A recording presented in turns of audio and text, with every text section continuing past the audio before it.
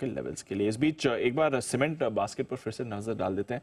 अनिल जी, जिस तरह से सीमेंट की मूव आ रही है बहुत ही शानदार है। इंडिया सीमेंट 300 के लेवल्स पर पहुंच चुका है सर, अभी भी थोड़ी देर पहले।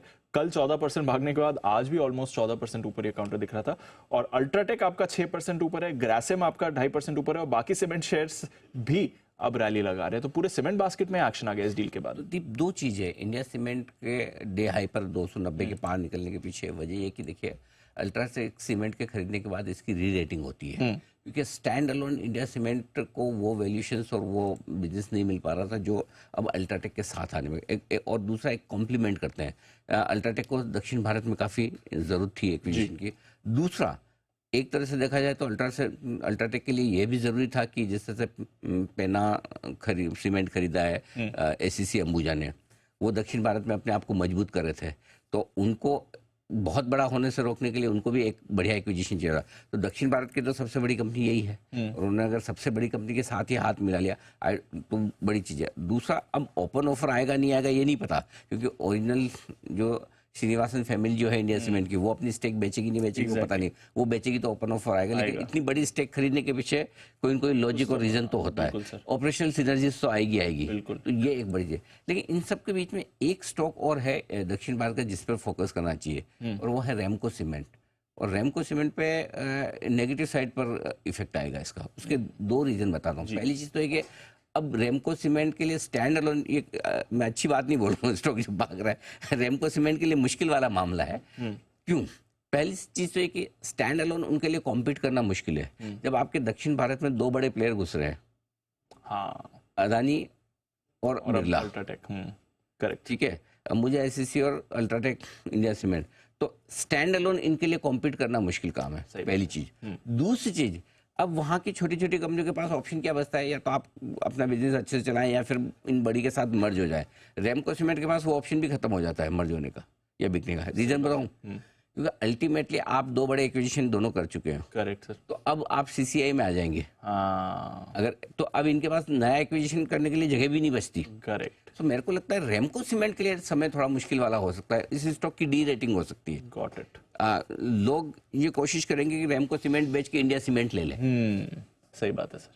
और आमतौर पर अगर बिरला ग्रुप जब भी एक्विजिशन करता है तो उनकी आदत है कि वो जिसको एक्वायर करते हैं वो अपने आप को मर्ज कर देते हैं और करेक्ट सर, फ्लैगशिप कंपनी को बड़ी कर देते हैं। तो जेपी के साथ भी यही किया था, जेपी के साथ। सो अल्ट्राटेक बड़ा होगा, हो सकता है इवेंचुअली, अगर इंडिया सीमेंट में आई डोंट नो डेवलपमेंट कब होंगे कैसे, लेकिन रेमको सीमेंट एकमात्र स्टॉक ऐसा है जो इस पूरी सीमेंट स्पेस में मुझे खराब दिख रहा है। जो कुछ हुआ उनके लिए खराब हुआ है, क्योंकि एक कंपटीशन बढ़ेगा, दूसरा उनके बिकने के चांस अब लगभग खत्म हो चुके हैं। आई डोंट नो वो बेचना चाहते नहीं बेचना, लेकिन स्टैंड अलोन वैसे भी उनको समस्या है। तो रेमको सीमेंट साउथ में one of the purest performer cement space में है, तो उनके लिए अब परेशानी आ सकती है, उनके लिए थोड़ी दिक्कत। सो आई थिंक इंडिया सीमेंट अगर किसी के पास है अभी भी होल्ड करना चाहिए, क्योंकि कई बार लोगों को लगता है अरे अब तो खबर आ गई ये सब हो गया, अब क्या है, बेचो खत्म करो, 300 रुपये का भाव है, राइट। 2 दिन में 30% भाग गया। हाँ, सो अगर आप इन्वेस्टर हैं तो रेमको सीमेंट, इनफैक्ट मैं कहूँगा रेमको सीमेंट बेचकर इंडिया सीमेंट में आ जाए, आप वैसे शिफ्ट कर लें, वो ज़्यादा बढ़िया है आपके लिए इन्वेस्टर्स के तौर पर, वो बेटर आपके लिए ऑप्शन हो सकता है।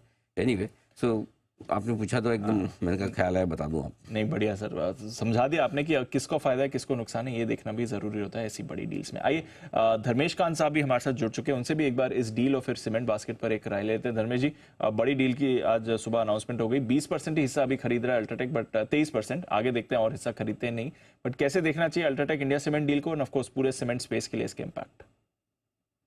बिल्कुल दीपांशु, गुड मॉर्निंग। अनिल जी आपको good morning. I think Anil ji ने बहुत अच्छे से समझा ही दिया है, मेरे लिए कुछ कहने को बचता नहीं है इसके बाद, जो स्ट्रेटेजिकली उन्होंने काफ़ी विस्तार पूर्वक डिटेल किया, और यही होने वाला है फ्यूचर। एक चीज़ जो मुझे लगता है कि जो कंसोलिडेशन का फेज चालू हुआ पिछले 2 साल से, ऑलमोस्ट 12-13 कंसोलिडेशन हो चुके हैं, ये चलता रहेगा, यहाँ कोई कमी आएगी नहीं। और इनफैक्ट अगर आप एग्रेसिव टारगेट्स देखें, अदानी ग्रुप को भी डबलिंग ऑफ द कैपेसिटी की बात करें नेक्स्ट 5-6 साल में, अल्ट्राटेक भी कैपेसिटी बहुत ज़्यादा बढ़ाने की बात कर रहा है, तो ये कैपेसिटी एक्सपेंशन सिर्फ ग्रीनफील्ड एक्सपेंशन से आएगा नहीं, ये होना है इनऑर्गेनिक एक्विजिशन के थ्रू ही। सो ये चलता रहेगा। सीसीआई जरूर एक आएंगे ऑब्स्टिकल्स, बट मुझे लगता है कि उधर भी क्लियरेंस मिला तो एक बिल्ड उधर भी बन जाता है सीमेंट्स के लिए भी।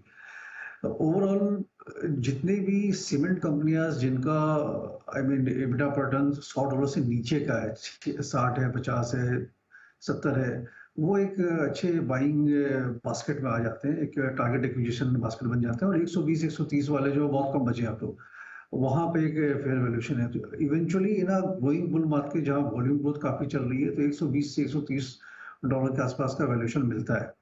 तो बास्केट काफी बड़ा है, ओवरऑल अच्छा है। वैल्यूएशन से सीमेंट कंपनीज को पिछले 10 साल से देखें तो कभी भी सस्ता नहीं दिखा है ऑन जो एक नॉर्मल फंडामेंटल वैल्यूएशन मल्टीपल होते हैं। बट अब गोइंग फॉरवर्ड नेक्स्ट 2-3 साल के लिए मुझे लगता है कि ये वॉल्यूम गेम ज्यादा है rather than any price and margin game. Margin already stabilise हो गए, वहाँ कोई नेगेटिव इम्पैक्ट है नहीं।